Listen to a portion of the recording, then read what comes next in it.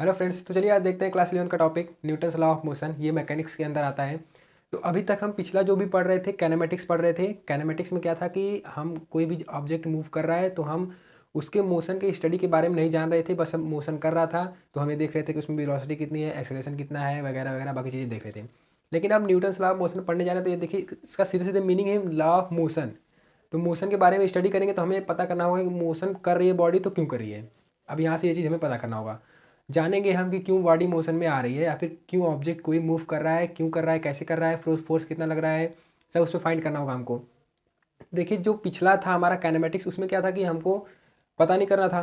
तो उसको जब मोशन की स्टडी करते हैं हम without knowing the cause of motion, तो उस टाइप के स्टडी को बोलते हैं काइनेमेटिक्स। लेकिन जब हमें पता करना रहता है कि मोशन क्यों कर रहा है ऑब्जेक्ट, उसको बोलते हैं डायनेमिक्स ऑफ मोशन। ठीक है, ये दो पार्ट हो गया। अब न्यूटन्स लॉ ऑफ मोशन पढ़ने जा रहे हैं तो जाहिर सी बात है न्यूटन भैया ने लॉ दिए होंगे। अब न्यूटन भैया ने हमें 3 लॉ दिए थे। ऐसा बोलते हैं कि न्यूटन ने बहुत सारे लॉ लिख रखे थे, लेकिन बाद में सारे लॉ जल गए, बचे बस 3। तो 3 ही हमको पढ़ना है। अब ये सब इतिहास के अंदर आना है, आगे अपना पढ़ना वो समझ नहीं पता। बस इतना पता है कि न्यूटन ने 3 लॉ दिए थे। क्लास 11 में मुझे 3 लॉ पढ़ना है अच्छे से, first law, second law, third law. तो अभी हम बेसिकली स्टार्ट करते हैं न्यूटन्स लॉ ऑफ मोशन। यही हमारा चैप्टर है। इसको डिटेल में स्टडी करेंगे एकदम। Class 11th IIT JEE level तक पढ़ाएंगे आपको। देखिए इसमें क्या है कि पहला जो न्यूटन ने लॉ दिया था हमें, वो क्या था, स्टेट बॉडी अपनी चेंज नहीं करेगी जब तक कोई एक्सटर्नल फोर्सेस पे अप्लाइड नहीं होगा। पहला लॉ यही था कि ऑब्जेक्ट अगर रेस्ट में है तो रेस्ट में ही रहेगा, मोशन कर रहा है तो मोशन कर रहा है, मोशन ही करता रहेगा। ऑब्जेक्ट क्या करेगा, रेस्ट में है तो मोशन कब करेगा, जब उसे कोई फोर्स लगेगा। जब तक कोई एक्सटर्नल फोर्स नहीं लग रहा है तब तक ना ही ऑब्जेक्ट रुकेगा और ना ही ऑब्जेक्ट मूव करेगा। यदि ऑब्जेक्ट रुका हुआ है या फिर मूव कर रहा है, मान लेते हैं हम यहाँ पे ये बॉल रखी हुई है सरफेस पे, ठीक है। ये बॉल इस समय कैसी है, रेस्ट में है, ये रेस्ट पोजीशन में है। तो ये मूव कब करेगी, जब इस पर मैं कोई एक्सटर्नल फोर्स प्रोवाइड करूँगा तभी ये मूव करेगी बॉल। अब मैं इस पर कोई एक्सटर्नल फोर्स प्रोवाइड नहीं कर रहा हूँ, इसलिए ये बॉल मोशन में नहीं आएगी। तो न्यूटन का फर्स्ट लॉ यही बोलता है कि अगर कोई ऑब्जेक्ट रेस्ट में है तो रेस्ट में ही रहेगा। कब तक रहेगा, जब तक कोई एक्सटर्नल फोर्स अप्लाइड ना हो। मोशन कर रहा है तो कांस्टेंट वेलोसिटी से मूव करेगा। देखिए यहाँ 2 टर्म आएगा, एक कांस्टेंट वेलोसिटी, एक वेरिएबल वेलोसिटी। तो पहले तो ये समझ लिए, अभी आगे बताऊंगा मैं आपको। बस इतना ध्यान रखना, कांस्टेंट वेलोसिटी का मतलब ना ही डायरेक्शन चेंज होगी और ना ही स्पीड चेंज होगी उसकी। ठीक है, वेरिएबल वेलोसिटी आ जाएगी तब इसका मतलब फोर्स लग रहा है वहाँ पे, तभी वेलोसिटी चेंज हो रही है। वेरिएबल वेलोसिटी का मतलब ये हुआ। अभी हम बात करते हैं, मान लेते हैं मार्कर की। ये ऑब्जेक्ट हो गया, इस पर मैंने कोई एक्सटर्नल फोर्स प्रोवाइड किया तभी ये मूव करेगा। ये मार्कर देखो, इसको एक सिस्टम मानो मार्कर को। ये मार्कर क्या है, रुका हुआ है, रेस्ट में है। इस पर मैंने फोर्स ऐसे प्रोवाइड किया तो ये मार्कर मूव करना स्टार्ट किया। ठीक है, अब यहाँ पे एक ध्यान देना, ये रुका हुआ है, इसका मतलब क्या, इस पर पूरा एफ नेट जितना भी लग रहा है फोर्स, एफ नेट पूरा टोटल सम करेंगे तो 0 आना चाहिए। कंडीशन इक्विलिब्रियम में है तो इस पर टोटल फोर्स 0 लगना चाहिए, तभी ऑब्जेक्ट यहाँ पे रुका हुआ है। या फिर अगर मूव कर रहा है कांस्टेंट वेलोसिटी से, ऐसे ऐसे मूव कर रहा है, अगर मान लीजिए ये ऑब्जेक्ट यहाँ पे कांस्टेंट वेलोसिटी से मूव कर रहा है तो ये मूव करता रहेगा तब तक करेगा जब तक कि कोई एक्सटर्नल फोर्स प्रोवाइड ना करे। तो ये ऑब्जेक्ट यहाँ पे देखिए मार्कर रुका हुआ है, इसका मतलब टोटल एक्सटर्नल फोर्स 0। एफ ने टोटल कितना है, 0 है। इंटरनल एक्सटर्नल सारी फोर्सेस इस पर 0 है। एक्सटर्नल फोर्स प्रोवाइड करेंगे ऐसे, तब ये मूव करना स्टार्ट करेगा। अब यहाँ पे समझना, अगर मैं बात कर रहा हूँ फर्स्ट लॉ की, Newton's first law of motion की बात करूँ तो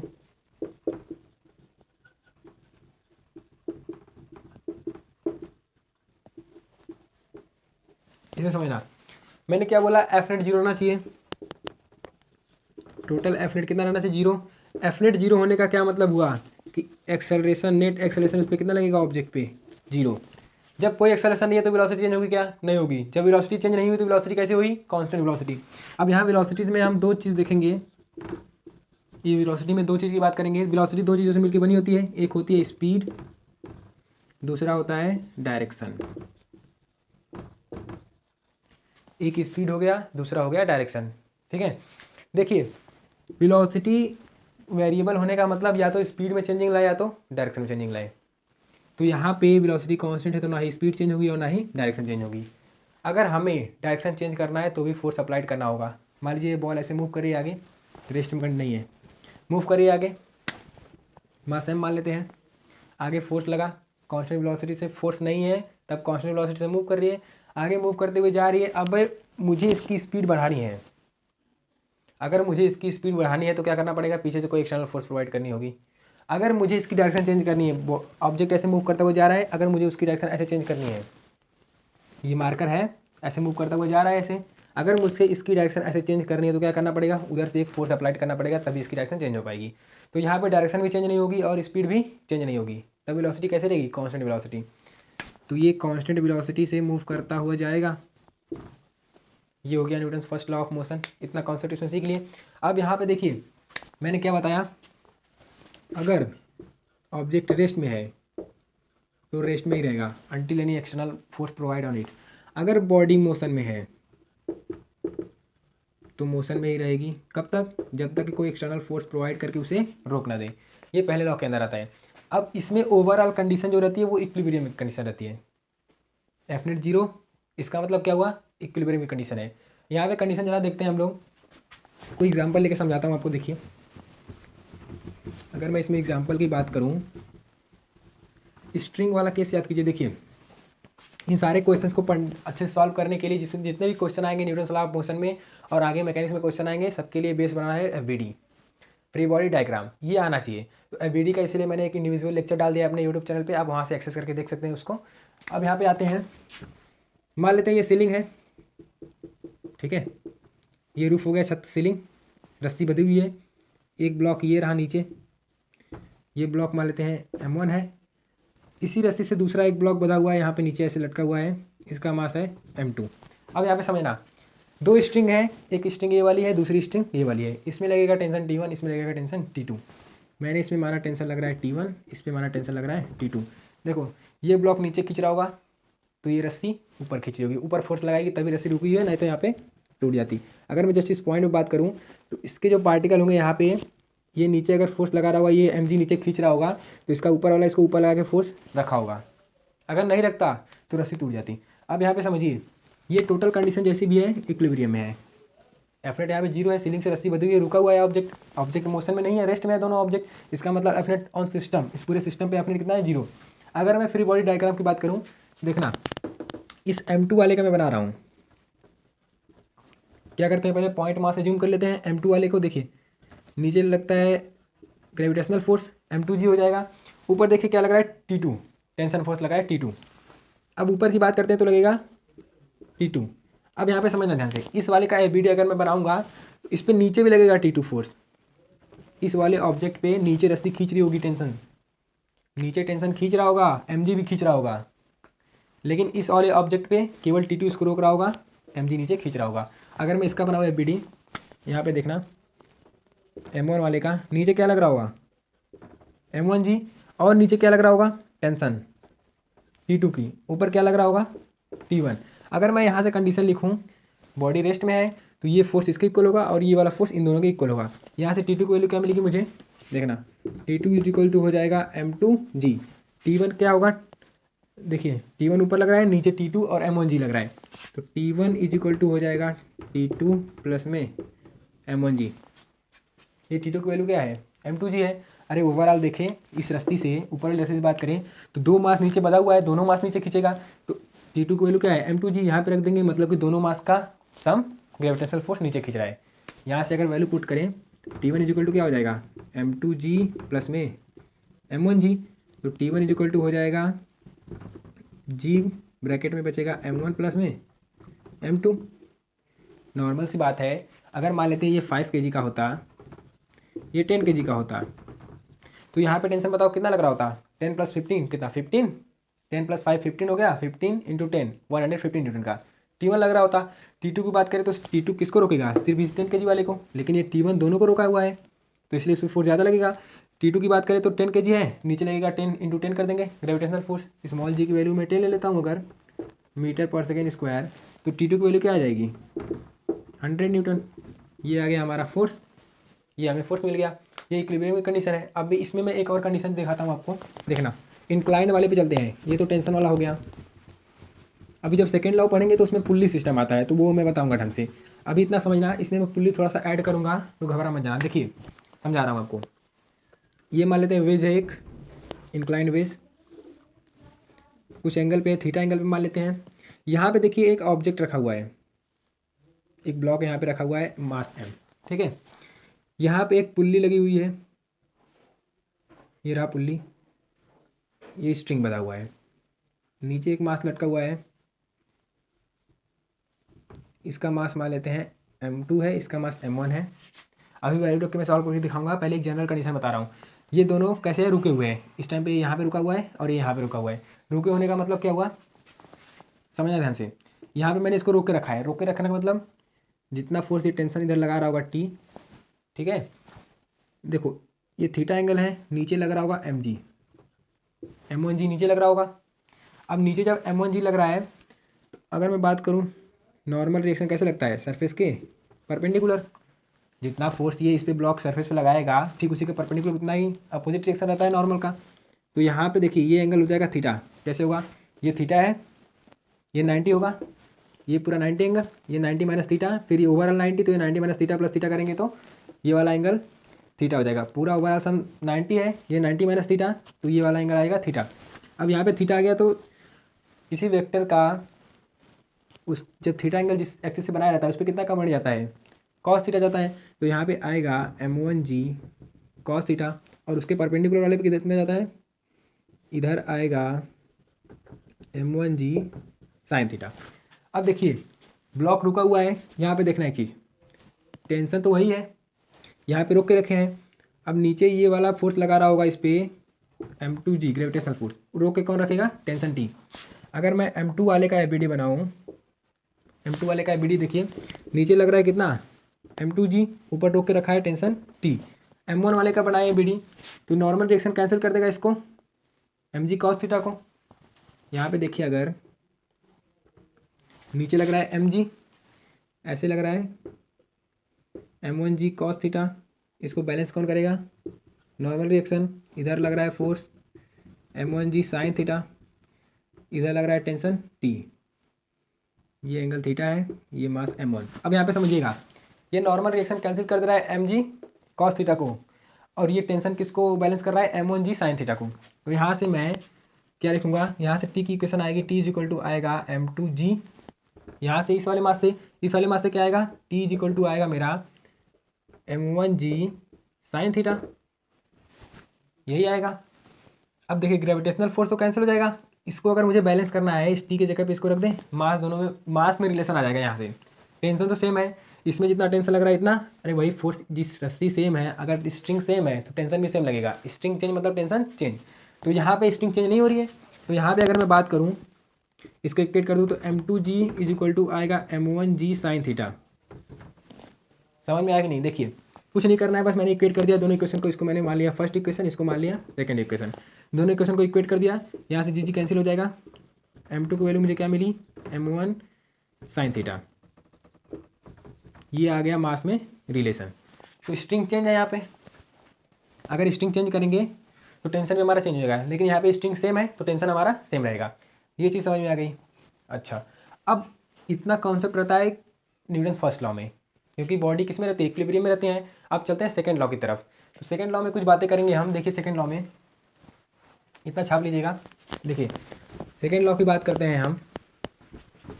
न्यूटन भैया के दूसरे नियम पे चलते हैं, बड़ा ही शानदार नियम है दूसरा वाला, अच्छे से करिएगा आप लोग।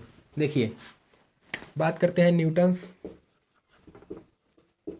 Second law of motion.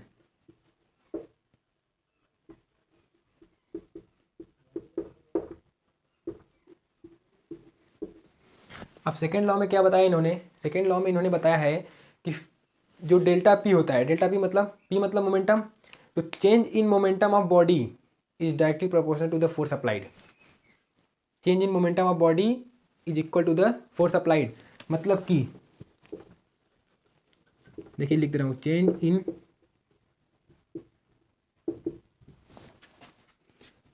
Momentum, change in momentum of body is equal to force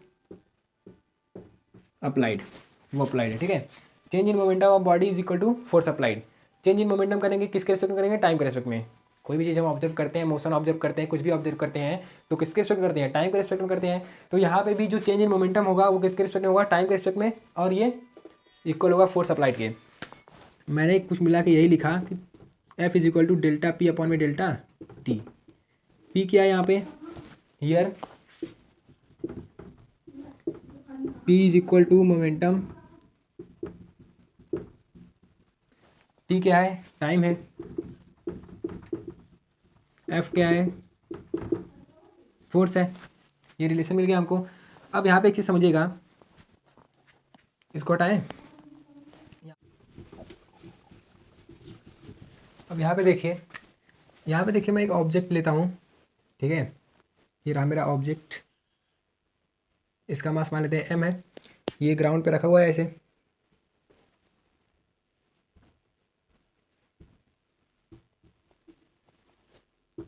कुछ टाइम के बाद मैंने देखा कि ये ऑब्जेक्ट यहाँ से यहाँ पे पहुँच गया है,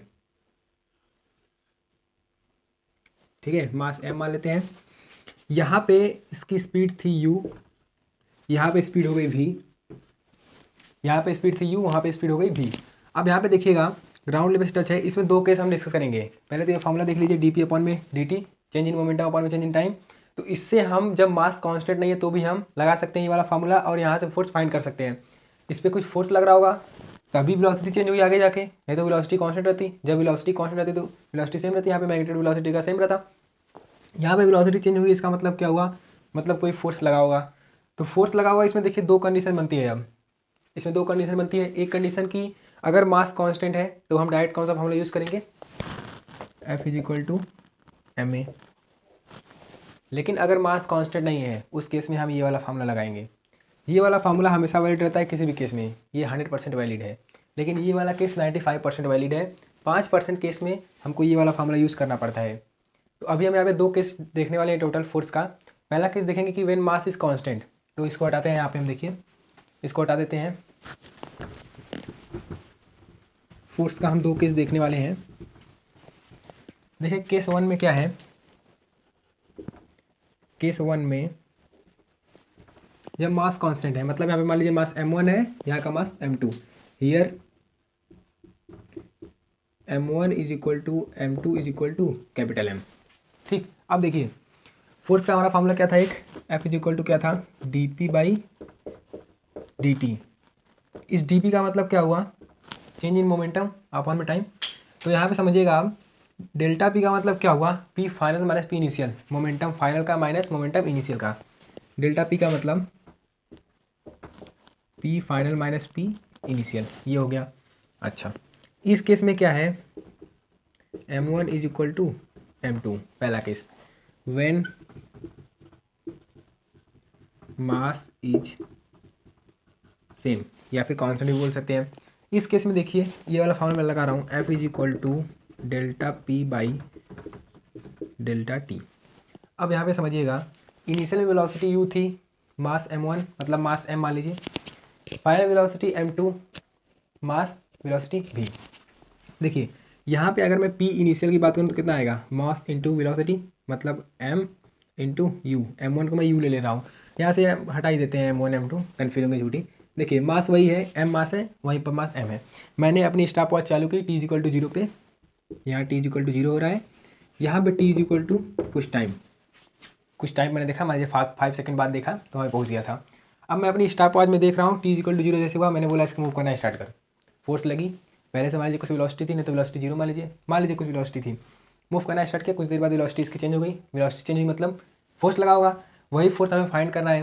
तो यहाँ पे मास सेम है। अब अच्छा, अब देखिए, अब मैंने इसको जैसे ही ब्लॉक वहाँ पे पहुँचा, मान लीजिए पॉइंट ए है, ये रहा पॉइंट बी वाला, जैसे ही बी पॉइंट पहुँचा ऑब्जेक्ट, मैंने इसको रोक दिया, मैंने इसको फ्रीज कर दिया। मेरे अंदर कुछ जादुई शक्ति आ गई, मैंने इसको बोला तुम वहीं पे रुक जाओ, अभी ये वहीं पे रुक गया, ठीक है। अब देखिए मैंने उसको वहाँ पे रोक दिया, ऐसी कोई शक्ति तो होती नहीं है, ऐसी हो जाए तो बड़ा मज़ा आ जाए तब सबको। देखिए वहाँ पे रुक गया बी पॉइंट पे। अब क्या करें, पी फाइनल अगर देखें यहाँ पे पी फाइनल मोमेंटम फाइनल आएगा तो हो जाएगा m। अब देखिए यहाँ पे अगर रखें डेल्टा पी, क्या हो जाएगा, P final minus P initial upon में T final minus T initial. अब देखिए टी इनिशियल की वैल्यू क्या है 0, टी फाइनल की वैल्यू क्या है टी, पी फाइनल की वैल्यू क्या है एम बी, पी इनिशियल की वैल्यू क्या है एम यू। अब यहाँ से पुट कर देते हैं हम एम भी माइनस एम यू अपॉन में टी माइनस 0। यहाँ से हमको क्या मिलेगा, एम, देखिए यहाँ ओवरऑल टर्म 0 हो जाएगा, मतलब टी माइनस 0 मतलब टी। अब यहाँ से मैं m को बाहर कर लूँ तो बचेगा भी माइनस यू अपॉन में T. v minus U by T. अब देखिए इतने चीज़ को देखिए ध्यान से, ये बनता है एक्सेलरेशन का टर्म। कैसे? एक्सेलरेशन क्या होता है? Delta v by delta t. अरे एक्सेलरेशन ये होता है ना, a is equal to delta v by delta t. Change in velocity with respect to time is called acceleration. Delta v मतलब v final minus v initial upon में T final minus T initial. तो यहाँ पे मुझे वही चमक रहा है, वी फाइनल मतलब यहाँ पे वी इनिशियल क्या था, यू अपॉन में टी। यहाँ पे अगर एक्सेलरेशन देखूँ तो V minus U by T, यही आएगा। तो इसको हटा के मैं पूरे को ए लिख दूँ तो यहाँ से आ जाएगा F is equal to M A. देखिए इसी वाले फार्मूले से मैंने ये वाला फार्मूला डिराइव किया है। ये वाला फार्मूला ज़्यादा इंपॉर्टेंट है, इसको रट लीजिएगा। इसी वाले से आप इसको निकाल सकते हैं। अब इसका बाद में डिफरेंशियल फॉर्म आएगा तो वो चेक करेंगे। पहले यहाँ पे देखिए पहला केस समझ में आया कि नहीं। मैंने मोमेंटम निकाला जब मास सेम था, तो मास को कॉमन कर लेंगे बाहर, यहाँ पे बच जाएगा एक्सेलरेशन। ठीक है, एम ए हो गया। अब बात करते हैं सेकेंड वाले केस की। पहला केस तो हो गया, अब देखिए second case, case number second. अब यहाँ पे मेरा मास चेंज होगा। अब यहाँ पे मैं मास को चेंज करूँगा तो मोमेंटम भी चेंज हो जाएगा। अच्छा देखिए अब यहाँ पे मास m1 मान लीजिए, यहाँ पे mass m2। m1 does not equal to m2। ये वाला केस भी बताया था, किसमें? रॉकेट वाले केस में आता है। जब रॉकेट ऊपर जाता है तो फ्यूल उसका रहता है, वो फ्यूल कम हो जाता है। नीचे फ्यूल 50 kg, ऊपर जाते जाते 40 kg, कुछ तो दूर गया 40 kg फ्यूल बचा, तो 10 kg फ्यूल बर्न हुआ। तो फ्यूल बर्न हुआ जो एनर्जी प्रोड्यूस करने में गया, मतलब ओवरऑल मास में कमी आई। तो वहाँ से हम देखेंगे उस वाले केस में। देखिए यहाँ पे मास m1 है, वहाँ पे मास m2 है टी टाइम के बाद। तो अभी मुझे फाइंड करना है फोर्स। अब इस केस में मैं फोर्स निकालूँ तो कैसे निकलेगा? देखिएगा m1 does not equal to m2, मतलब व्हेन मास डजंट सेम। जब मास वेरी कर जाए तब। मास तो वेरी करता है जब स्पीड ऑफ लाइट की स्पीड से हम चलते हैं तभी वेरी करता है। वहाँ पे क्या होता है कि इतनी ज़्यादा एनर्जी हमें प्रोवाइड करनी पड़ती है कि मास हमारा एकदम न के बराबर हो जाता है। मतलब अगर हम 10 kg का मास लेके स्पीड की लाइट से ट्रैवल करें तो पॉइंट साइज भी नहीं बचेगा 2-4 सेकंड ट्रैवल करने के बाद। बहुत ज़्यादा हाई एनर्जी चाहिए होगी हमको, और उस एनर्जी के कारण मास में कमी आ जाती है। तो अभी तो मुझे इतनी एनर्जी मिली नहीं है कि मैं लाइट की स्पीड से ट्रैवल करूँ, वरना टाइम ट्रैवल पॉसिबल हो जाता। अब यहाँ पे समझिए आप लोग, केस 2 की बात कर रहा हूँ, मास सेम नहीं है। यहाँ पे पी इनिशियल क्या आएगा देखिएगा, m1u। यहाँ पे पी फाइनल क्या आएगा, m2v। अब देखिए ये मैं फॉर्मूला यूज़ कर रहा हूँ, f is equal to delta p by delta t. Delta P मतलब p final minus P initial upon में T final minus T initial. अब देखिए पी फाइनल क्या है, m2v। ये हो जाएगा मेरा m2v minus m1u divide by T minus 0। तो ओवरऑल मुझे मिलेगा क्या, m2v माइनस m1u अपॉन में टी। ये मेरा फार्मूला आएगा फोर्स का, यही फोर्स का फार्मूला आएगा। और ये वाला फार्मूला ये जो आया है फाइनल में, m2v minus m1u divide by T, ये रहता है 100% वैलिड। हर केस में वैलिड रहता है, ये 100% वैलिड है, सभी केस में काम आएगा। उस वाले देखिए जब मास सेम था तब भी काम आया था, जब मास सेम नहीं है तब भी काम आएगा। वेलोसिटी सेम है तब भी काम आएगा, वेलोसिटी सेम नहीं है तब भी काम आएगा। ये हर केस में हमारा काम देता है ये वाला फार्मूला। ठीक है, अब इसको इरेज करते हैं। यहाँ पे देखिए मैं फार्मूला लिख दे रहा हूँ, एफ इज इक्वल टू मेरा आया था m ब्रैकेट में v माइनस यू अपॉन में टी। जब मास सेम था तो यहाँ से f is equal to m a, ये आ गया था। अब मैं क्या देखने जा रहा हूँ, differential form of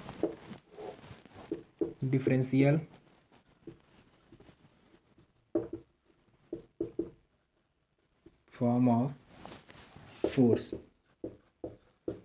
differential form of force, differential form की बात करते हैं।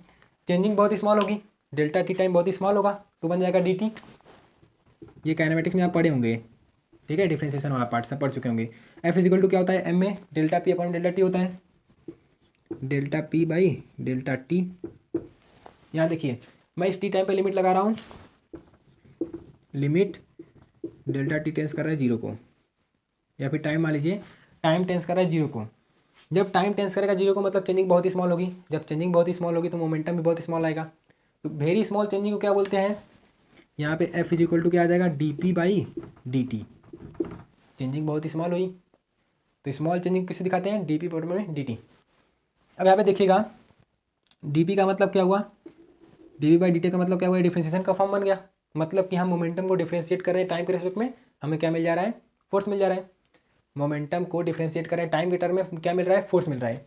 यहाँ पे समझिएगा इस डी पी का मतलब, पी मतलब क्या होता है, पी इज इक्वल टू होता है एम बी।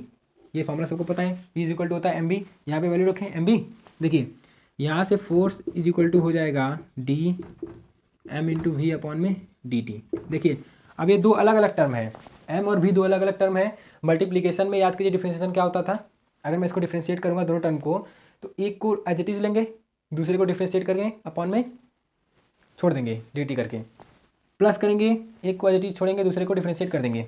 तो यहाँ पे मैं पहले एम को छोड़ रहा हूँ, देखिए एम को मैं छोड़ रहा हूँ, ठीक है, एफ इज इक्वल टू, इसको डिफ्रेंशिएट कर रहा हूँ मैं, एम को मैंने एज इट इज छोड़ा, किसको डिफ्रेंशिएट करूँगा, वी को, अपॉन में क्या रहेगा डी टी, प्लस अब वी को छोड़ूंगा एज इट इज, मास को डिफ्रेंशिएट करूँगा तो डी एम आ जाएगा।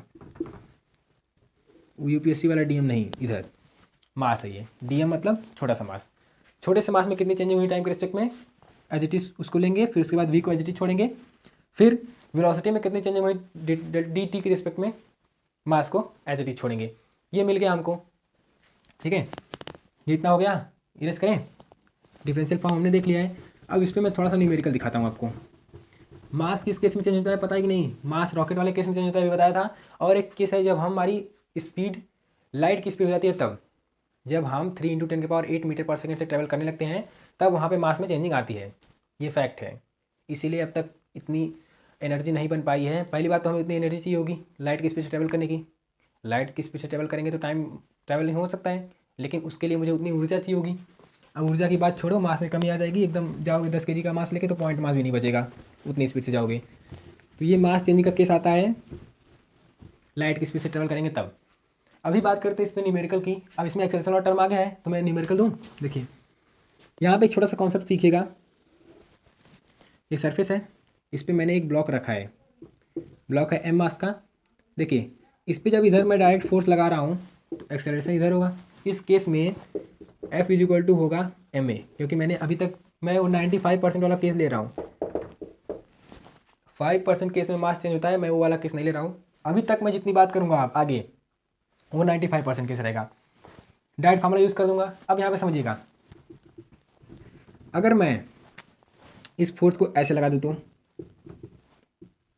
इससे थीटा एंगल पे, इस हॉरिजॉन्टल से थीटा एंगल पे मैंने एफ फोर्स किया, तब क्या होगा आप बताइए। यहाँ पे देखिएगा फोर्स का दो कंपोनेंट आएगा, एक ऊपर एक इधर। इस फोर्स का इस पर कंपोनेंट कितना आएगा, एफ कॉस थीटा, नहीं आया। जिससे एंगल बनाया जाता है उस पर क्या जाता है कॉस थीटा, जिससे नहीं बनाया जाता है उसके परपेंडिकुलर साइन थीटा। इधर परपेंडिकुलर वाले पे आएगा एफ साइन थीटा। समझ गए कि नहीं। अब देखिए इतना समझ में आया। अभी कुछ आइंस्टीन हो गए जिनको नहीं आ रहा होगा तो जाके वेक्टर वाला वीडियो देखें। अब यहाँ पे देखिए नीचे लग रहा होगा एम जी, ऊपर लग रहा होगा नॉर्मल रिएक्शन।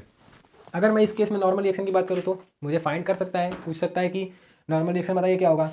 अगर मैं इस केस में नॉर्मल रिएक्शन की बात करूँ, देखिए ऊपर कितनी फोर्स लग रही है, हमें इतना दिया है कि ब्लॉक किधर मूव कर रहा है, आगे। ब्लॉक आगे मूव कर रहा है। जब ब्लॉक आगे मूव कर रहा है तो ऊपर नीचे वाले फोर्स से आगे वाले फोर्स से कोई मतलब नहीं रहता है। मतलब आगे मूव कर रहा है तो आगे वाला फोर्स लेंगे, एक्सेलरेशन लेंगे आगे वाला। जब ऊपर नीचे वाले फोर्स की बात करेंगे तो ऊपर नीचे जितना अप डाउन मोशन होगा उसका पूरा ऑब्जर्वेशन करेंगे। यहाँ पे समझिएगा ये ऑब्जेक्ट ना ही ऊपर मूव कर रहा है ना ही नीचे मूव कर रहा है।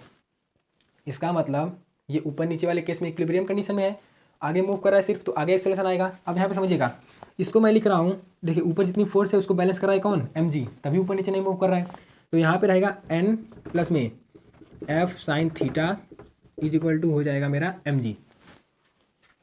इतना समझ में आया। देखिए यहाँ से मैं नॉर्मल रिएक्शन की बात करूँ तो M G minus F sine theta, ये मेरा नॉर्मल रिएक्शन आया।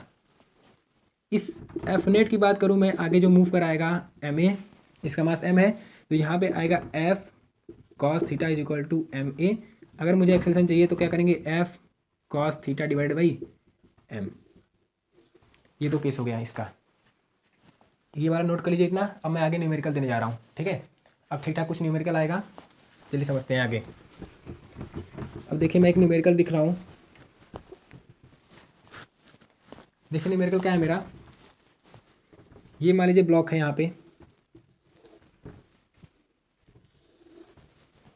ये रहा ब्लॉक,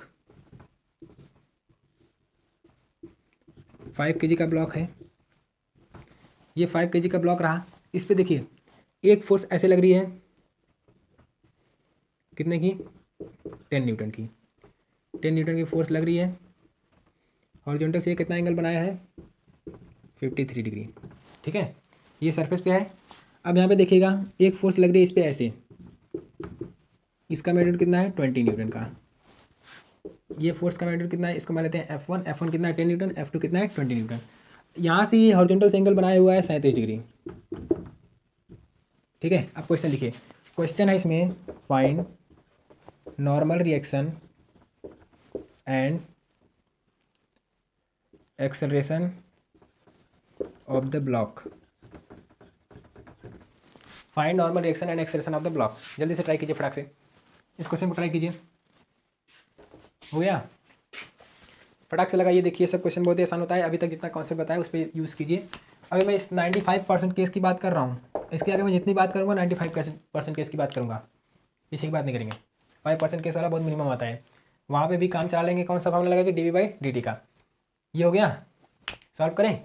देखिए यहाँ नॉर्मल रिएक्शन फाइंड करना है, पहले तो इसका एबीडी बना लेते हैं हम। एबीडी बनाने का मतलब फ्री बॉडी डायग्राम है ना, बनाए। देखिए ये वाला फोर्स ऐसे नीचे की डायरेक्शन में लग रहा है, नीचे लग रहा है, ऐसे लग रहा है, मतलब मैं नीचे ऐसे लगा सकता हूँ।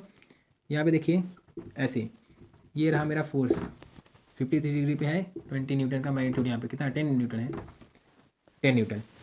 हॉरिजॉन्टल से कितना एंगल बनाया 50 डिग्री, ये भी हॉरिजॉन्टल, ये भी हॉरिजॉन्टल, पैरेलल है। ये ट्रांसवर्स लाइन बना दें, यहाँ से एंगल बनेगा 50 डिग्री।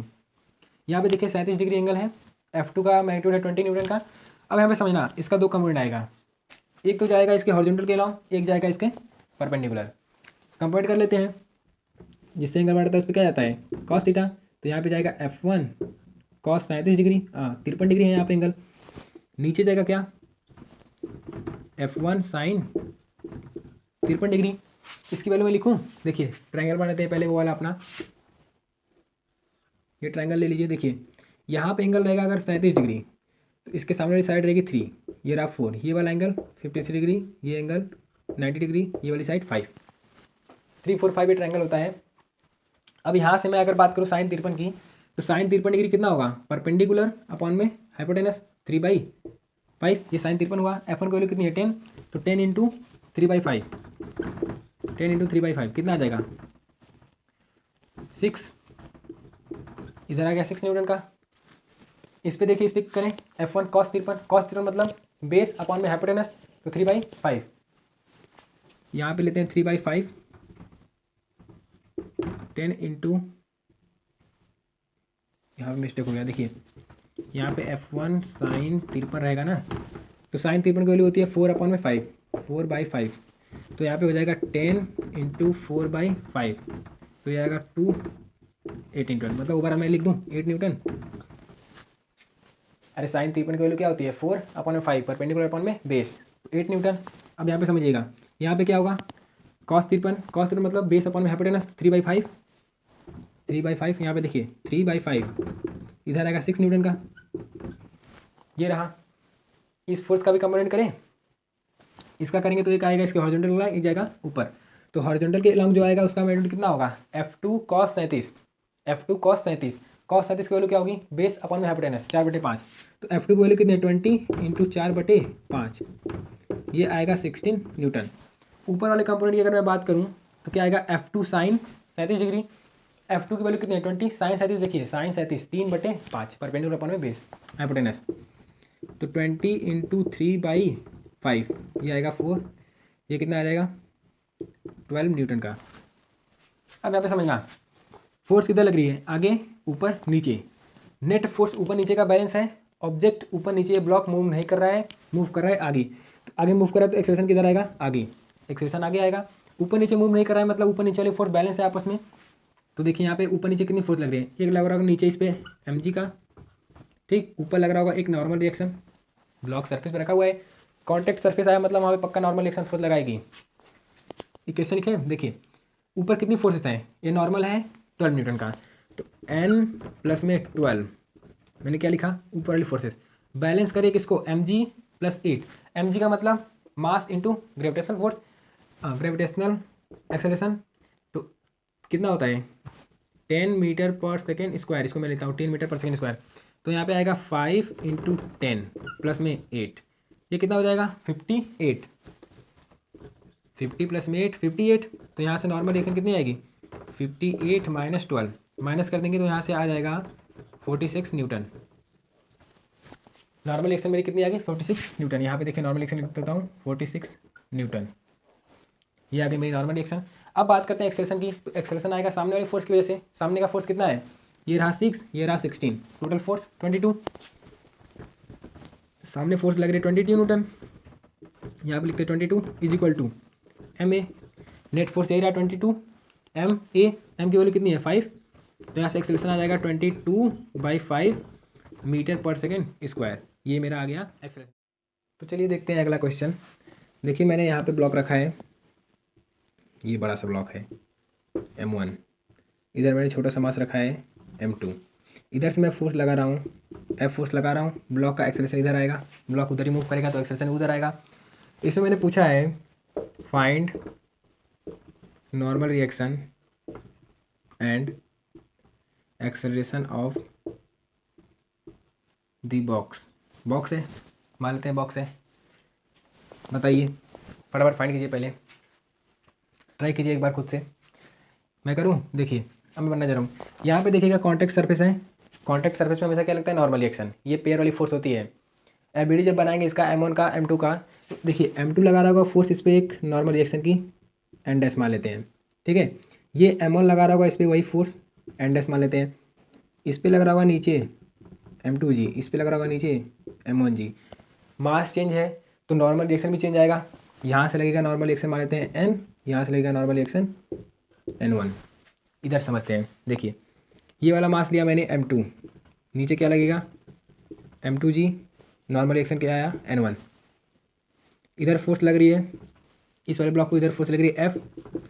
ये M1 ब्लॉक नॉर्मल रिएक्शन लगा रहा होगा एन डैश, इधर पीछे एन डैश। इस केस में नॉर्मल रिएक्शन क्या आएगा N1 आएगा M2G, इस केस में नॉर्मल रिएक्शन ही आ गया ऊपर और नॉर्मल रिएक्शन। ये नॉर्मल रिएक्शन हमेशा पेयर वाली फोर्स होती है, जहाँ भी कांस्टेंट सरफेस आएगा दोनों तरफ से नॉर्मल रिएक्शन लगता है। ये वाला ऑब्जेक्ट नीचे ज़मीन पे गया नॉर्मल रिएक्शन लगा रहा होगा, लेकिन मैंने क्यों नहीं दिखाया M2 पे, मैंने क्यों नहीं दिखाया, क्योंकि BD का मतलब होता है कि उस ऑब्जेक्ट पे लगने वाली सारी फोर्सेस को हम रिप्रेजेंट करते हैं, न कि उस ऑब्जेक्ट के द्वारा किसी भी अगर ऑब्जेक्ट पे लग रही है फोर्स तो उसको नहीं दिखाएंगे। तो यहाँ पे सेम अगर M1 का मैं बनाऊँ BD, M1 के केस में देखिए यहाँ नीचे लगेगा M1G, ऊपर लगेगा नॉर्मल रिएक्शन N। इधर कौन सी फोर्स लग रही है M2 के द्वारा, उधर फोर्स लग रही है N डैश। अब यहाँ पे N इज इक्वल टू क्या आ जाएगा M1G, क्योंकि ब्लॉक ऊपर नीचे तो मूव नहीं कर रहा है, ऊपर नीचे वाले केस में ब्लॉक इक्विलिब्रियम में है, तो मतलब फोर्स सेम है दोनों तरफ, तभी मूव नहीं कर रहा है। अब यहाँ पे समझिए, ये चीज़ समझ में आ गया। अब यहाँ पे ध्यान दीजिए F net is equal to क्या होता था मेरा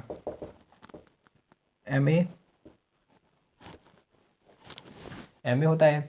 यहाँ पे मैं F नेट की बात करूँ इस केस में M2 वाले केस में, तो F टोटली ब्लॉक उधर मूव कर रहा है, इधर एक पीछे वाली रोकने वाली फोर्स लग रही है। कोई ऑब्जेक्ट है, यही मान लीजिए ऑब्जेक्ट है, मैं इसको आगे से ढकेला हूँ 10 न्यूटन से, सामने से फोर्स लग रही है 2 न्यूटन की। अब नेट फोर्स क्या लगेगा उस पर 8 न्यूटन, क्योंकि 2 न्यूटन तो मेरे ख़त्म करने में चला गया वो वाला फोर्स मेरा। तो क्या करेंगे 8 न्यूटन की फोर्स लगाएंगे। ऐसे यहाँ पे ब्लॉक फाइनली इधर एक्सेलरेट कर रहा है जब, इसका मतलब F minus N dash is equal to MA। यहाँ पे इक्वेशन लिखिए तो F minus N dash is equal to MA। यहाँ पे देखिएगा एन डैश, यहाँ पे एन डैश क्या होगा इस केस में, ये भी ब्लॉक इधर एक्सेलरेट कर रहा होगा उतना ही एक्सेलरेशन से, तो यहाँ पे क्या होगा फोर्स तो एक ही है यहाँ पे N dash F is equal to MA, तो यहाँ पे हो जाएगा M1A, ठीक है। इसको इक्वेशन नंबर फर्स्ट मान लेते हैं, इक्वेशन नंबर सेकेंड। अब यहाँ से वहाँ पे रख दिए, देखिए यहाँ पे होगा N dash is equal to, यहाँ पे क्या था M1A M2A, यहाँ पे हो जाएगा M1A। अब इसको सब्स्टिट्यूट करेंगे जब इक्वेशन सेकेंड को और इक्वेशन फर्स्ट को, ये कैंसिल हो जाएगा, मेरा प्लस माइनस है। F इज इक्वल टू क्या आएगा M1A plus M2A, F is equal to आएगा M1A प्लस में M2A। अब यहाँ से एक्सेलेरेशन हम फाइंड कर सकते हैं आराम से। एक्सेलेरेशन क्या आएगा, यहाँ से एक्सेलेरेशन कॉमन हो जाएगा तो क्या आएगा M1 प्लस M2। देखिए यहाँ से F बाई M1 प्लस में M2 इज इक्वल टू ये मैंने कैसे लिखा इज इक्वल टू, यहाँ पे A कॉमन करेंगे तो बचेगा M1 प्लस M2, डिवाइड में चला जाएगा तो एक्सेलेरेशन मिल गया। अच्छा अब इसकी एक शॉर्टकट ट्रिक होती है। ये तो हो गया पूरा ओवरऑल डिटेल एनालिसिस सॉल्व करके मैंने बताया। अब इसकी एक शॉर्टकट ट्रिक क्या होती है, अब बोलेंगे पहले ही शॉर्टकट बताना चाहिए था, इतना ट्रिकिंग क्यों की।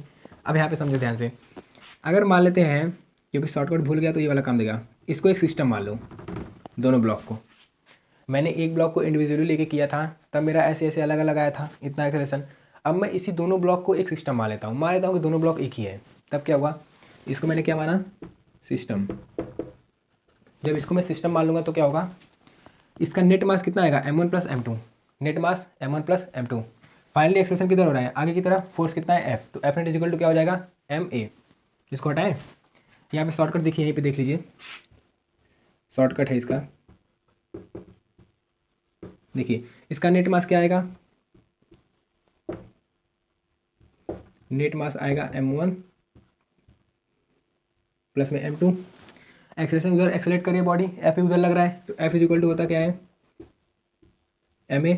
अब यहाँ से मैं वैल्यू रखूँ, अगर इधर देखिए यहाँ से वैल्यू रखूँ तो F is equal to a, mass कितना है m1 प्लस में m2, यहाँ से a क्या आएगा, F अपॉन में m1 प्लस में m2। हो गया सॉल्व। देखिए दोनों आंसर मैच कर रहा है कि नहीं, तो शॉर्टकट से भी मैंने लगा दिया। ये हमारी फाइनल अप्रोच हुई सॉल्व करने की क्वेश्चन। अब इस पर क्वेश्चन दे, बहुत ही बेहतरीन क्वेश्चन है, समझिएगा आप लोग। इसको हटा रहे हैं, नोट कर लीजिए फटाक से, नोट हो गया। देखिए अब मैं क्वेश्चन दे रहा हूँ आगे,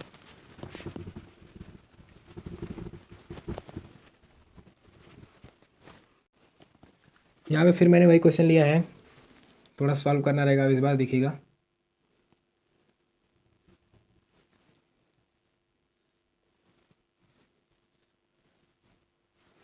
ये ब्लॉक मान लेते हैं 10 kg का है, ये वाला मान लेते हैं 5 kg का है, ये वाला 3 kg का है। 10 kg, 5 kg, 3 kg। अब यहाँ पे मैंने एक फोर्स लगाया F, ठीक है। ब्लॉक फाइनली एक्सेलेरेट कर रहा है इधर, तो इसका भी एक्सेलेरेशन ए रहेगा, इस वाले का भी एक्सेलेरेशन ए रहेगा, और इस वाले का भी एक्सेलेरेशन ए रहेगा। तीनों ब्लॉक मूव कर रहा है। अब मुझे इससे पूछा है कि find acceleration of all boxes. इसको मैं बॉक्स मान लेता हूँ, बॉक्स डिब्बा रखा है मैंने 10 kg का, 5 kg का, 3 kg का। एक्सेलरेशन फाइंड करके बताइए जल्दी से, with in A second try कीजिए, फटाक से सॉल्व कीजिए, फिर मैं इसका शॉर्टकट ट्रिक भी बताऊँगा क्या रहेगा, ताकि आप लोग डायरेक्ट क्वेश्चन कर सके इसको। देखिए सॉल्व करें, समझिए यहाँ पे अगर मैं इसका इंडिविजुअल एबीडी बना के देखूँ, इस पर एक नीचे लगेगी फोर्स ग्रेविटेशनल की, इस पर भी नॉर्मल रिएक्शन लगेगा, तीनों का अलग अलग। ये तो हो गया नॉर्मल रिएक्शन। अब यहाँ पे समझना, ये 3 kg का ब्लॉक इस 5 kg वाले ब्लॉक पे एक नॉर्मल रिएक्शन लगा रहा होगा, क्योंकि सरफेस कॉन्टैक्ट में है दोनों, तो यहाँ पे लगेगा N1, रिएक्शन में लगाएगा ये N1। इतना तो हो गया। अब यहाँ पे देखिए, ये 5 kg का ब्लॉक किसे टच है, 10 kg वाले पे। अब आपका ये डाउट, जो महान कुछ हमारे साइंटिस्ट लोग होते हैं, आइंस्टीन, जो आइंस्टीन एकदम समझ लो आइंस्टीन ही है वो, तो वो लोग सुन लें कि अब जैसे उनको डाउट आ रहा होगा कि 3 kg वाला इस 10 kg पे क्यों नहीं लगाएगा नॉर्मल रिएक्शन, तो सिर्फ उनके लिए है।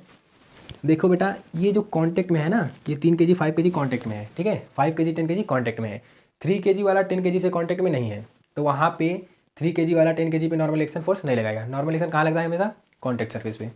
अब यहाँ पे समझना, 5 kg वाला इधर लगा रहा होगा नॉर्मल रिएक्शन N2 का, N2 है, नॉर्मल रिएक्शन चेंज हो जाएगा, मास चेंज है तो कुछ नॉर्मल रिएक्शन चेंज आया होगा। यहाँ पे ये वाला इधर फिर वापस इस पर कितना लगाएगा, N2। 10 kg वाला 5 kg कितना लगाएगा, N2 लगाएगा नॉर्मल रिएक्शन। अच्छा अब यहाँ पे बात समझते हैं थोड़ा, 3 kg वाला बनाते हैं बीडी, ये 3 kg वाला है, नीचे क्या लग रहा होगा mg, इस mg की वैल्यू कितनी आएगी 30 न्यूटन, 3 × 10, जी क्या होता है ग्रेविटेशनल एक्सेलरेशन, इसकी वैल्यू 10 मीटर पर सेकेंड स्क्वायर।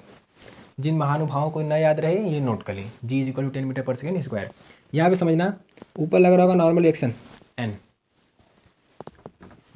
यहाँ पे आगे मैं फोर्स लगा रहा हूँ F, ये फोर्स लग रही है आगे, F फोर्स लग रही है, इसका मेजरमेंट मैं दे दूँ F का, तब क्वेश्चन सॉल्व करने ज़्यादा आसान रहेगा।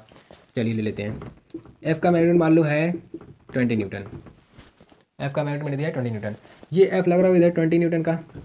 अब समझना, इस 3 kg वाले ब्लॉक पे 5 kg वाला नॉर्मल रिएक्शन लगा रहा होगा इधर, तो इधर लग रहा होगा N1, ये BD बन गया।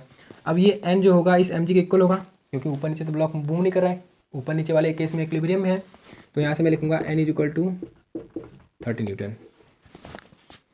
अब यहाँ पे समझिए, इस केस में अगर मैं इक्वेशन की बात करूँ, इस 3 kg वाले ब्लॉक पे देखूँ मैं, और सबको भूल जाओ, 3 kg वाले पे देखो तो एफ नेट इजिकल टू क्या होता है, एम इंटू ए।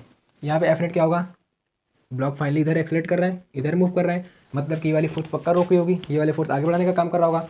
तो F minus N one is equal to M A, मतलब कि 20 minus N one is equal to 3a। ये मेरा बन गया पहला इक्वेशन, ये मैंने पहला इक्वेशन बना दिया अपना।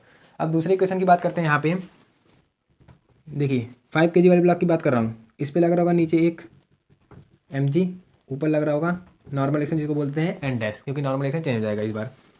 इधर फोर्स लग रही होगी, देखिए ये 3 kg वाला ब्लॉक इस पे लगा रहा होगा इधर n1, और ये 10 kg वाला ब्लॉक इधर लगा रहा होगा n2, इधर फोर्स लग रही है n2 की।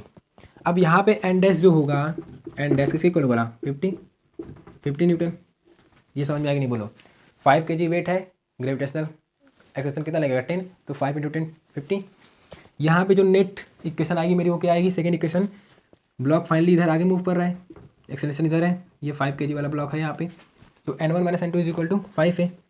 यहाँ पे क्या लिखेंगे, n1 minus n2 is equal to 5 है। ये मेरी इक्वेशन नंबर सेकेंड आ गई।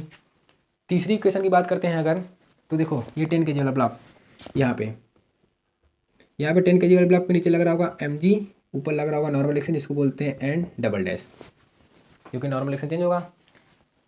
इस वाले ब्लॉक पे ये 5 kg वाला इधर n2 फोर्स लगा रहा होगा, जिसके कारण ये ब्लॉक आगे मूव करेगा। पीछे तो कोई फोर्स लग नहीं रही है इस ब्लॉक पे, 10 kg वाले पे ऑब्जेक्ट पे पीछे कोई फोर्स लग नहीं रही है, तो पीछे नहीं दिखाएंगे। फाइनली ये ब्लॉक मूव किधर कर रहा है, आगे, ये है 10 kg वाला ब्लॉक।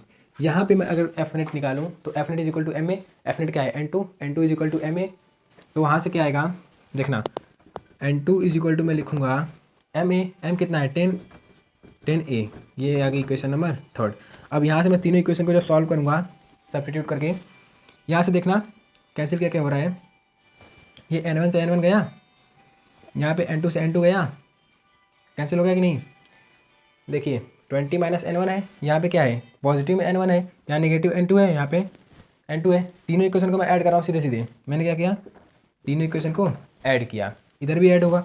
अब समझना 20 इधर बचा और तो सब कैंसिल हो गए, तो इधर नेट आया 20 इज इक्वल टू, इधर क्या बचा 3 5 8, ये 10 18 ए, यहाँ से एक्सप्रेशन क्या आएगा 20/18, मतलब 10/9 मीटर पर सेकेंड स्क्वायर। ये हमारा एक्सप्रेशन की वैल्यू आ गई। अब यहाँ पे समझना, मैंने बोला था एक शॉर्टकट ट्रिक बताऊंगा। शॉर्टकट क्या है, जैसे मैंने उस केस में निकाला था, इस पूरे को एक सिस्टम मान ले। अब इसको मैं पूरे को सिस्टम मानूंगा, देखना यहाँ पे, इस पूरे को मैं सिस्टम मान लूँ, ये हो जाएगा मेरा पूरा सिस्टम। अब पूरे सिस्टम पे जब मैं फोर्स लगाऊंगा आगे की तरफ, तो पूरा सिस्टम मूव करेगा आगे, तो एक्सेलरेशन मुझे मिल जाएगा। तो एक्सेलरेशन की बात करते हैं, यहाँ पे पूरा सिस्टम पे फोर्स लगा 20 न्यूटन का, टोटल मास निकालना पड़ेगा, नेट मास निकालना पड़ेगा। नेट मास कितना आएगा यहाँ पे इस सिस्टम पे, यहाँ इधर देखिए, इस सिस्टम पे net mass is equal to आएगा 3 kg 5 kg 10 kg, total mass आया 18 kg का। तो F net is equal to होता क्या है, m इंटू ए। अब यहाँ से रख देंगे value 20 is equal to 18a, acceleration मिल जाएगा 20/18, फिर से वही वैल्यू आ गई मुझे। तो ये वाली वैल्यू मुझे मिल गई। देखिए शॉर्टकट से भी मैंने सॉल्व कर दिया और वैसे भी सॉल्व कर दिया। अब इसमें इसी ब्लॉक में, ब्लॉक बाय ब्लॉक सिस्टम में एक और केस आता है, जैसे मैंने ब्लॉक के ऊपर ब्लॉक रख दिया। जैसे मैंने क्या किया देखना, जब मैं ब्लॉक के ऊपर ब्लॉक रखता हूँ उस केस में क्या होता है, उसका एक जनरल फॉर्मेट डिस्कस करेंगे, फिर उसके बाद क्वेश्चन देंगे आपको। देखिए यहाँ पे मैंने एक ले लिया सरफेस, इसके ऊपर ब्लॉक है, मास मान लेते हैं m1 है, ठीक है, ये सरफेस है, इसके ऊपर ब्लॉक है m2, ये m2 ब्लॉक है। यहाँ से मैं इस पर फोर्स लगा रहा हूँ, ठीक है, मैं इस पर फोर्स लगा रहा हूँ, ये ब्लॉक आगे मूव करेगा। ये दोनों सरफेस कैसी है, यहाँ पे स्मूथ है। स्मूथ का मतलब mu is equal to 0। Mu क्या होता है वो बताऊँगा आगे, फ्रिक्शन होता है, फ्रिक्शन कोएफिशिएंट म्यू होता है, तो इसको हटा देते हैं। बस इतना समझना, जब तक हम फ्रिक्शन चैप्टर नहीं पढ़ेंगे तब तक हम फ्रिक्शन की बात नहीं करेंगे, तब तक इन दोनों सरफेस के बीच में फ्रिक्शन फोर्स नहीं लगेगा, नहीं तो फ्रिक्शन फोर्स लगता है। अब यहाँ पे समझना, सरफेस स्मूथ है, इसको आगे लगा के मैंने धक्का दिया नीचे वाले ब्लॉक को, ऊपर वाला ब्लॉक वहीं पर रहेगा। ये ऊपर वाला ब्लॉक वहीं पर रहेगा, स्लिप करके नीचे गिर जाएगा। कैसे गिरेगा, इसको मैंने जब हटा दूंगा, इसको तेजी से लगाऊंगा फोर्स, आगे जाएगा ये नीचे वाला ब्लॉक M1, तो M2 वाला ब्लॉक नीचे गिर जाएगा। कब गिरेगा, जब ये पूरा आगे चला जाएगा। अब यहाँ पे अच्छा तरीके समझो, इस पर फोर्स लग रही है M1, मैं टोटल बात करूँ, देखो इस पर लग रहा होगा नीचे M1G, ऊपर लग रहा होगा नॉर्मल रिएक्शन। इसके केस में क्या होगा, ये वाला M2 ब्लॉक नीचे लगाएगा नॉर्मल रिएक्शन इस पर N1, फिर ऊपर लगाएगा ये वाला normal reaction N1। Same nature का होता है, मैग्नीट्यूड भी सेम होता है, बस डायरेक्शन अपोजिट होती है। अच्छा यहाँ पे समझिए, अगर मैं यहाँ पे देखना, ये वाला जो M1 वाला ब्लॉक होगा इसके ऊपर कितना वेट होगा, M2 का भी वेट होगा, तो नेट मास कितना आएगा M1 प्लस M2। इस पूरे को देखो मैं सिस्टम मान के कर रहा हूँ, तब नेट मास कितना आएगा M1 प्लस M2। अगर इसको इंडिविजुअल देखें तो क्या आएगा, देखना नीचे लग रहा है M1G, फिर यहाँ पे नॉर्मल एक्शन लग रहा है नीचे नॉर्मल एक्शन लग रहा है N1, ऊपर क्या लग रहा है, इसको नॉर्मल एक्शन लग रहा है ऊपर की तरफ, इस पे इधर फोर्स कितनी है F, पीछे तो कोई फोर्स लग नहीं रही है। इस केस में बात करूँ तो N जो होगा इस ऑब्जेक्ट का नॉर्मल एक्शन किसको बैलेंस कर रहा होगा, N1 प्लस M1G को, ये टोटल इसको बैलेंस कर रहा होगा। यहाँ पे अगर मैं बात करूँ F इधर लग रहा है, F क्या आएगा, F इज इक्वल टू आएगा M1A, F बाई M1। अब यहाँ से मैं दूसरा एक आपको न्यूमेरिकल टाइप का क्वेश्चन दूँ, आप सॉल्व करेंगे। क्वेश्चन थोड़ा सा डिफिकल्ट रहेगा। क्वेश्चन में मैं आपसे पूछूंगा स्लीपिंग टाइम क्या रहेगा। देखिए इसको हटा दे रहा हूँ, यहाँ से मैं क्वेश्चन आपको दे रहा हूँ एक, समझना ध्यान से क्वेश्चन क्या है। क्वेश्चन देखिए, यहाँ पे मैंने सरफेस ले लिया ग्राउंड लेवल पे, यहाँ पे रखा हूँ मैं ब्लॉक 10 kg का, ये ब्लॉक है मेरा 10 kg का। अब इस पे ध्यान देना थोड़ा सा, ये सरफेस है, ये स्मूथ है। सभी सरफेस कैसी हैं, जब तक मैं फ्रिक्शन चैप्टर नहीं पढ़ाऊंगा तब तक सभी सरफेस क्या रहेंगी, स्मूथ रहेंगी। नहीं तो आपके लिए भी है, जब तक आप फ्रिक्शन चैप्टर नहीं पढ़े रहेंगे उसके पहले का सभी चैप्टर जब भी आप पढ़ेंगे तो उसमें फ्रिक्शन की बात नहीं करेंगे।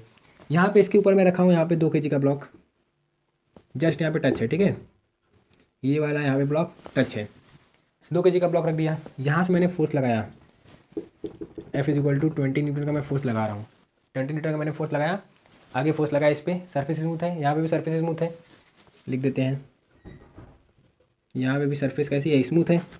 यहाँ से लेके इस ब्लॉक की लेंथ कितनी है, 10 मीटर ले लीजिए, यहाँ से यहाँ तक लेंथ कितनी है 10 मीटर, 10 मीटर लेंथ हो गया। अब मैंने पूछा कि find the time when 2 kg block slip on 10 kg over the, question लिखना find time when 2 kg block slip over 10 kg, नीचे गिर जाएगा जब, स्लिप ओवर 10 kg ब्लॉक, मतलब कुल मिला के कहानी इतनी है कि ये वाला ब्लॉक 2 kg वाला कितने टाइम बाद नीचे गिर जाएगा। तो उसके लिए मुझे पहले एक्सेलरेशन चाहिए होगा, फिर वहाँ से हम इक्वेशन लगा के सॉल्व कर लेंगे। अब यहाँ पे समझना एक चीज़, जैसा कि मैंने बताया था, इस पर जब फोर्स लग रही है तो इस पर कोई मतलब नहीं है, ये तो वहीं पर रहेगा, इस पर फोर्स लगा के आगे बढ़ा दूंगा मैं, फोर्स लग रही है तो एक्सेलरेशन आएगा। एक्सेलरेशन कितना आएगा इस ब्लॉक का, 10 kg वाले का, समझना यहाँ पे ऊपर नीचे से मैं नहीं मतलब ले रहा हूँ, नहीं तो ऊपर नीचे लगा लेना, नीचे लग रहा होगा M1 mg, नीचे ऊपर लगेगा नॉर्मल रिएक्शन, सब कैंसिल हो जाएगा, F आएगा, नेट एक्सेलरेशन इधर आएगा, तो F is equal to direct M में लगाएंगे, क्योंकि ब्लॉक ऊपर नीचे तो मूव कर नहीं रहा है, आगे पीछे मूव कर रहा है तो एक्सेलरेशन आगे आएगा, एक्सेलरेशन आगे आएगा। A इज इक्वल टू क्या होता है F बाई M, F कितना है इसमें 20, M कितना है 10, एक्सेलरेशन कितना है 2 मीटर पर सेकेंड स्क्वायर। अब समझना है यहाँ पे ध्यान से, ये वाला ब्लॉक 2 मीटर पर सेकंड से आगे जाएगा तो ये वाला ऑब्जेक्ट 2 मीटर पर सेकंड से पीछे आएगा। मतलब कि अगर इसके पास एक्सेलरेशन है 2 मीटर पर सेकंड स्क्वायर की आगे जाने की, अगर मैं इसको छोड़ दूँ, इसको रोक दूँ, इसके पास एक्सेलरेशन है, ठीक है, इससे मैं बात करता हूँ। इससे मैंने क्या बात किया कि तुम क्या करोगे, तो वो बोला कि मैं 2 मीटर पर सेकंड से पीछे आ रहा हूँ। देखो जा ये रहा है, लेकिन मैं इस पर बैठ के अगर देखूँ तो क्या मुझे पता चलेगा, ये मूव कर रहा है। यहाँ पर समझना ध्यान से, मैं क्या बोल रहा हूँ, आप बस में बैठे रहते हैं तो आप रेस्ट में रहते हैं। आप अगर किसी पेड़ को देखते हैं, बस आगे जाती है, एक्सेलरेशन आप बस में रहता है, लेकिन आप बस में बैठे रहते हैं, मतलब आप उसी ऑब्जेक्ट के ऊपर बैठे हैं जो मूव कर रहा है, तो आपको क्या लगता है कि पेड़ पीछे एक्सेलरेट कर रहा है, लेकिन असल में होता क्या है, बस आगे मूव कर रही होती है। तो अगर मैं इस पर बैठ जाऊँ तो मुझे क्या दिखेगा, ये ब्लॉक पीछे आ रहा है। कितने से आ रहा है, जितने से आगे जाएगा उतने से पीछे आएगा। तो ये वाला ब्लॉक मैं मान लेता हूँ 2 मीटर पर सेकेंड स्क्वायर से पीछे आ रहा होगा। समझ में आएगा नहीं, देखो मैं इस पर ऑब्जर्व कर रहा हूँ, यहाँ से बैठ के ऑब्जर्व कर रहा हूँ 10 kg वाले ब्लॉक पे, ये पीछे आएगा। कब गिरेगा, डिस्टेंस कितनी होगी 10 मीटर पे।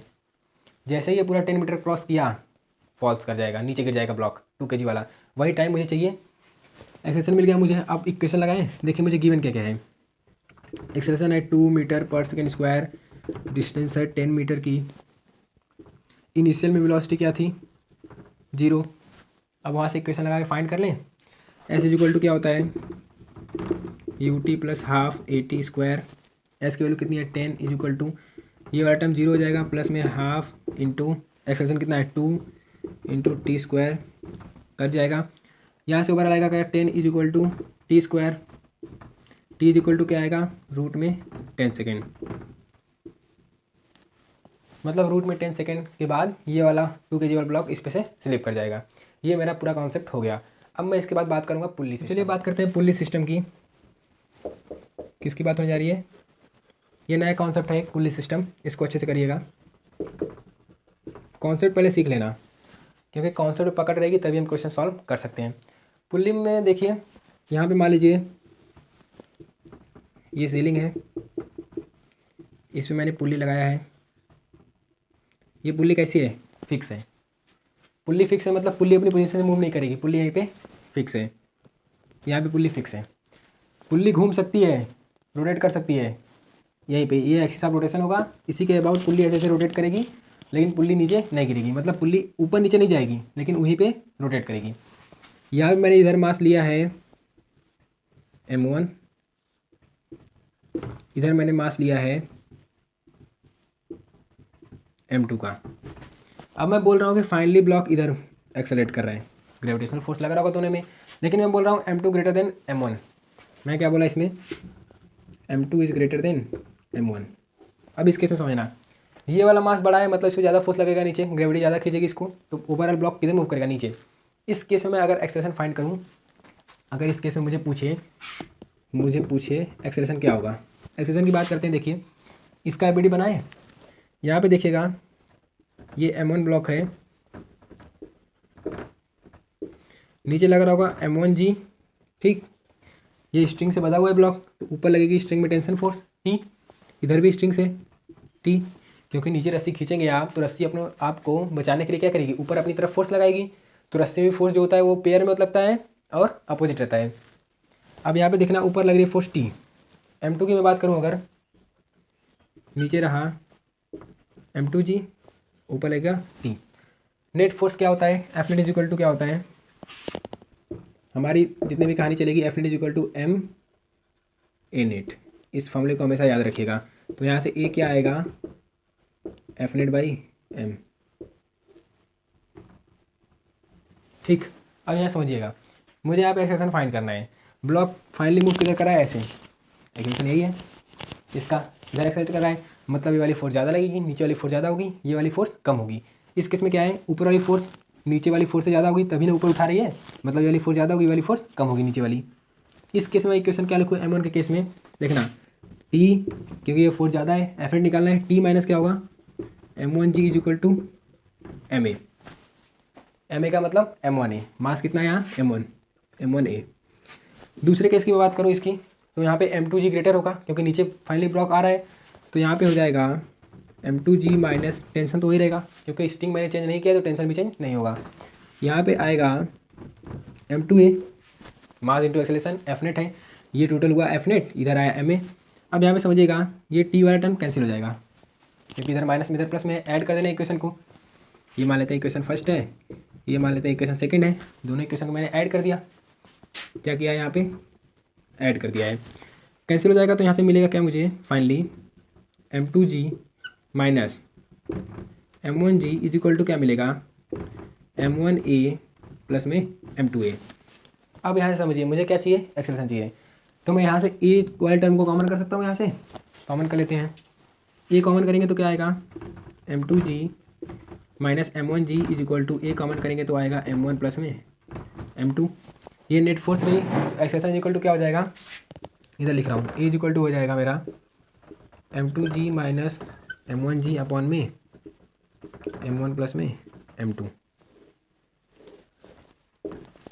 ये मुझे मिल गया नेट एक्सेलरेशन। ये हो गया पुल्ली का कॉन्सेप्ट। इस पुल्ली वाले कॉन्सेप्ट में थोड़ा सा हल्का फुल्का न्यूमेरिकल देता हूँ आपको, तो न्यूमेरिकल सॉल्व करेंगे। देखिए मैं क्वेश्चन देता हूँ कुछ इस पर, इसको हटा रहा हूँ।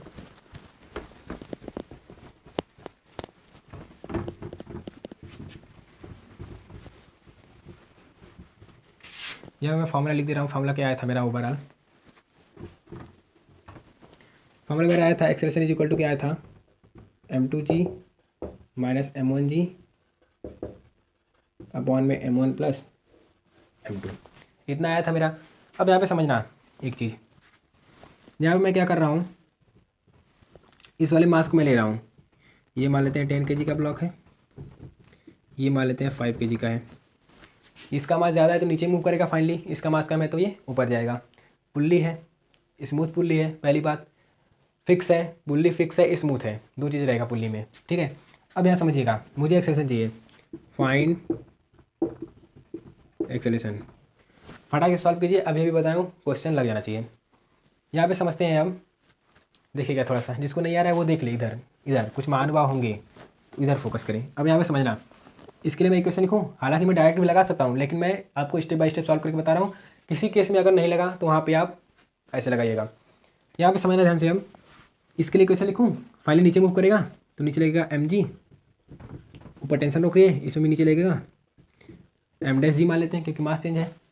यहाँ पे वैल्यू क्या लिखेंगे, mg minus T is equal to 10 into 10, mass into acceleration. Acceleration क्या होगा नहीं पता, हमें वही फाइंड करना है। यहाँ से क्या होगा 10a।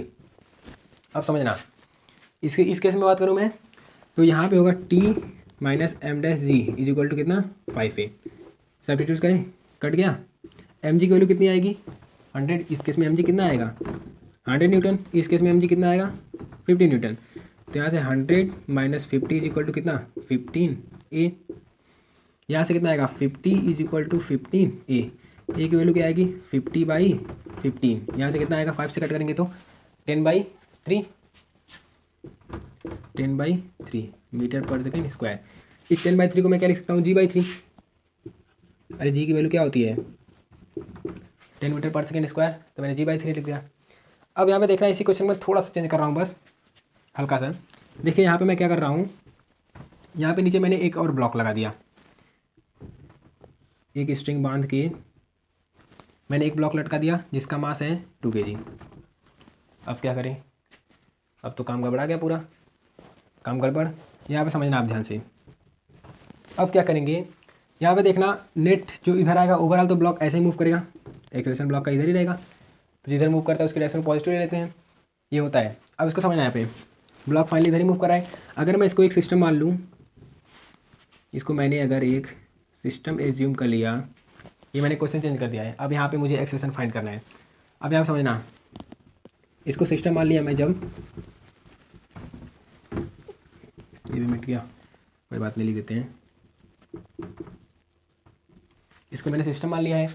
अब यहाँ पे देखना, सिस्टम माने तो टोटल मास कितना होगा 10 + 2, नेट मास कितना होगा 10 + 2। अगर इसकी मैं नेट मास की बात करूँ 12 kg का होगा। अब इस 12 kg के द्वारा नीचे कितना फोर्स लग रहा होगा 120 न्यूटन, क्योंकि mg होता है। तो इस सिस्टम के द्वारा नीचे कितना फोर्स लग रहा होगा mg, जिसकी वैल्यू कितनी आएगी 120। इस केस में लिखें अगर, देखना mg minus T is equal to ma, इस m की वैल्यू कितनी है 12, इस mg की वैल्यू कितनी आएगी 120।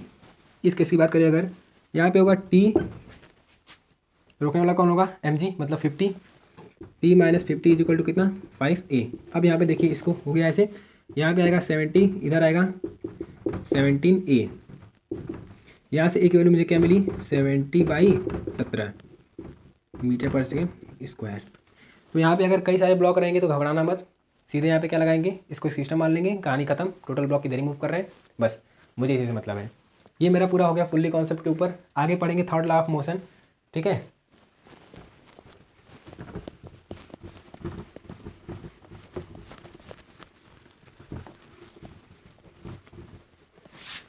इसमें कुछ और न्यूमेरिकल देखें।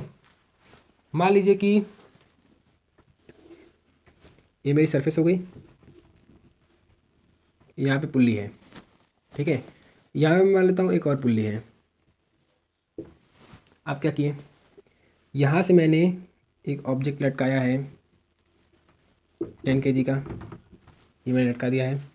ये इधर से आया घूमते हुए इस पुल्ली में, यहाँ से राउंड करके यहाँ पे एक मास बंधा हुआ है 5 kg का। क्वेश्चन समझ में आया कि नहीं? यहाँ मुझे एक्सेलेरेशन फाइंड करना है, सब क्वेश्चन वही रहेगा, फाइंड एक्सेलेरेशन।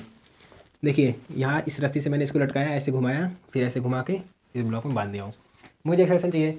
अब मैं फिर वही FBD बनाऊँगा। यहाँ पे देखना कि समझना, यहाँ पे भी लग रही होगी इधर टेंशन T, इधर लग रहा होगा टेंशन T, यहाँ ऊपर लग रही होगी टेंशन T, यहाँ पे टेंशन की पोजीशन ऐसे ले लेते हैं, क्योंकि फाइनली इधर ही मूव करके आ रहा है तो इधर से ये इधर जाएगा। अब यहाँ पे समझना, इसका मैं अगर FBD बनाऊँ 10 kg वाले का, इस 10 kg वाले का नीचे लग रहा होगा mg, ऊपर टेंशन फोर्स, इसको नीचे जाने से कौन फोर्स लग रही होगी, टेंशन फोर्स लग रही होगी। यहाँ पे देखिए अगर नेट फोर्स इधर इस वाले डायरेक्शन में, इसमें क्या लगेगा, इधर टी खींच रहा होगा, पीछे रोक कौन रहा है, कोई नहीं। नॉर्मल रिएक्शन नीचे mg लग रही होगी, लेकिन सरफेस कांटेक्ट में आ गया, मतलब नॉर्मल रिएक्शन इसको बैलेंस कर देगा। इस 5 kg वाले पे नॉर्मल रिएक्शन इसको बैलेंस कर देगा mg को, तो नेट फोर्स इधर कितना लग रहा है, टी, रोकने वाला कोई नहीं है। तो यहाँ से T आएगा क्या मेरा 5 A, net force equal to mass into acceleration, तो 5 इंटू ए। वहाँ से टी क्या आएगा, mg मतलब नीचे जा रहा है ब्लॉक, रोकने वाला कौन है, टी इज इक्वल टू कितना आया 100। अब यहाँ पे रखें, देखना यहाँ पे टी इज इक्वल टू क्या आएगा 100 न्यूटन, एक्सेलरेशन मुझे चाहिए होगा। अब यहाँ पे टी रख रहे हैं, देखो 100 इज इक्वल टू 5A, ए की वैल्यू मुझे क्या मिली 20 मीटर पर सेकेंड स्क्वायर, ये मुझे मिल गया एक्सेलरेशन। तो ये कुछ सवाल थे। अब हम बात करेंगे थर्ड लॉ ऑफ मोशन की।